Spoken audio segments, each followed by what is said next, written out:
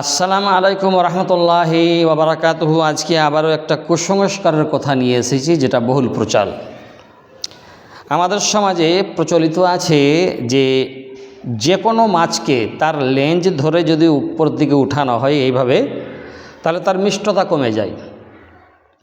তো এহেন এইসব জিনিস যে সমাজে প্রচলন আছে, এটার কতটা সততা, ইসলামে এ সম্পর্কে কি বলা হয়েছে।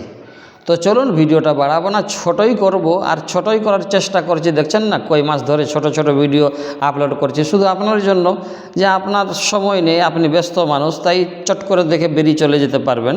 কিন্তু তারপরেও তো আপনারা দেখেন না, কেননা তার থেকেও কম সময়ের ভিডিও হয়তো লাগবে, কিন্তু তার থেকেও কম সময়ের ভিডিও বানানো আমাদের পক্ষে সম্ভব হচ্ছে না।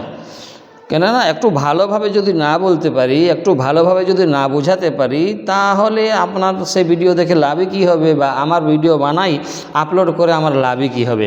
তাই আজ আমরা বলবো যে মাছের লেজ ধরে তুললে মাছ মিষ্টি হয় না, তার মিষ্টতা কমে যায়। এটি সম্পূর্ণ কুসংস্কার।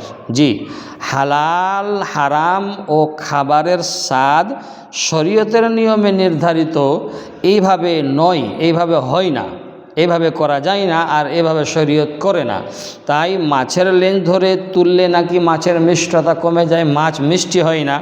আগে মিষ্টি ছিল, পুকুর তালাব নদী থেকে তোলার পর্যন্ত মিষ্টি ছিল, কিন্তু তোলার পরে যেমনি আমি মাছটাকে লেজে ধরে তুললাম, উঠালাম ওপর দিকে কেনার সময়তে বা চেক করার সময়তে, মন্ডিতে যেয়ে করে, বাজারে যেয়ে করে, বা গ্রামগঞ্জে যে সাইকেলে বা মোটর সাইকেলে করে বিক্রি করতে আসে মাছ, তাদের মাছ ধরে তুলে দিলাম, তো সেই মাছের মিষ্টতা, সেই মাছ মিষ্টি হয় না, মিষ্টি আগে ছিল, ধরার পরে মিষ্টি চলে যায়, এইরকম কোনো ব্যাপার না। ভালো থাকবেন। আসসালামু আলাইকুম ওয়া রাহমাতুল্লাহি ওয়া বারাকাতুহু।